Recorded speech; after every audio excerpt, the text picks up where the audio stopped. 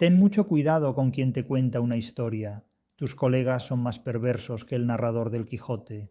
Y no lo sabes. Sin narrador no hay narración. Por esta razón puede afirmarse sin reservas que el narrador constituye por antonomasia la parte determinante o intencional de toda obra narrativa, es decir, su esencia o canon.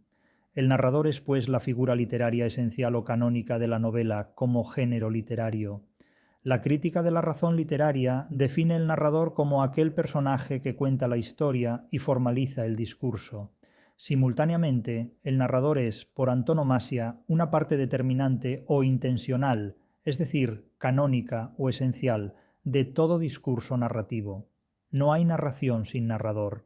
En consecuencia, el narrador habrá de definirse conceptualmente por relación a tres dimensiones fundamentales: al objetivar uno los hechos materiales de una historia, dos los hechos formales de su discurso y tres los hechos determinantes que intencionalizan la transmisión social de historia y discurso.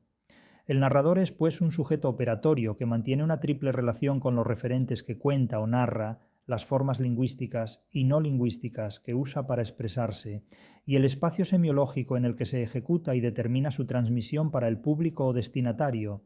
Referencia, lenguaje y receptor son los tres ámbitos en los que opera todo narrador, los cuales remiten a tres tipos de competencias inmediatas, relativas al conocimiento, competencia cognoscitiva, la comunicación, competencia semiológica, y la interpretación como mediación ante el receptor, competencia transductora.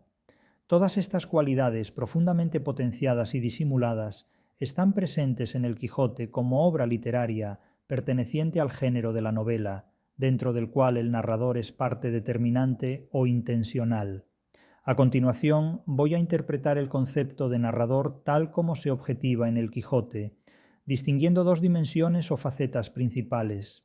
En primer lugar, me referiré al complejo sistema retórico de autores ficticios, en el que están implicados el primer autor de la historia, al que compete la autoría de los capítulos 1 a 8 de la primera parte, un morisco aljamiado que carece de nombre propio y que actúa como traductor y transductor de un manuscrito árabe encontrado por el narrador en el Alcaná de Toledo, Cide Hamete Benengeli, paródico personaje de los cronistas propios de los libros de caballerías, a quien se atribuye la autoría en lengua árabe del texto del Quijote, y el autor, compilador y editor del texto completo, quien se nos presenta de facto y por sí mismo como el narrador de la historia de Don Quijote de la Mancha.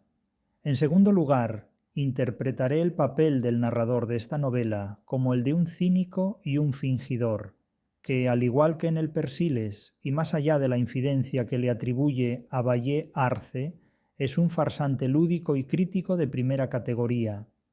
Atentos al próximo audio.